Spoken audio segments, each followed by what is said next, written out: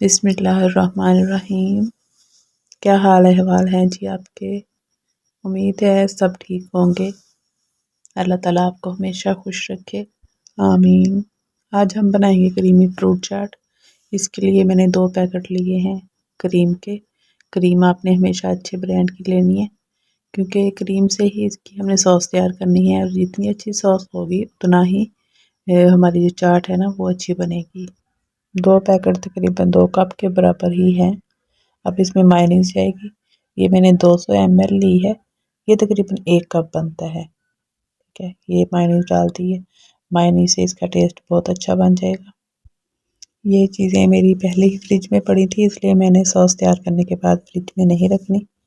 अब एक छोटा टीन पैक मैंने लिया है कंडेंस मिल्क का। अगर आप कंडेंस मिल्क इसमें डाल रहे हैं तो फिर चीनी या शहद डालने की ज़रूरत नहीं है। अब फ्रूट मिक्स करते हैं।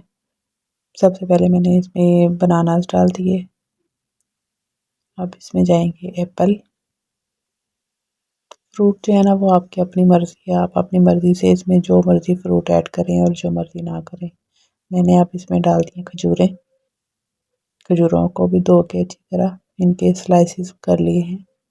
अंगूर हैं। अंगूर मैंने कुछ के 2 हिस्से कर लिए थे और कुछ मैंने साबुत ही डाल दिए। अनार निकाल के डाल दिए। थोड़े से अनार मैंने रख लिए। अब इसमें जाएंगे फ्रूट कॉकटेल।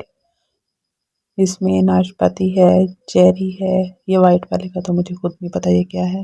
अगर आपको पता है तो आप बता दें। आप इसमें अच्छी तरह से बीट की हुई, आप इलेक्ट्रिक बीटर से भी कर सकते हैं और हैंड से भी कर सकते हैं ना।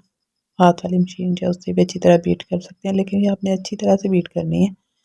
बीट करने के बाद ये ऑलरेडी ठंडी ही थी, मैंने फ्रिज में रखी हुई थी, डाल दिया और इसको मिक्स कर लेना है। बहुत मज़े की लग रही है। अगर आपको भी मज़े की लग रही है तो मेरे चैनल को सब्सक्राइब कर दें। Thank you.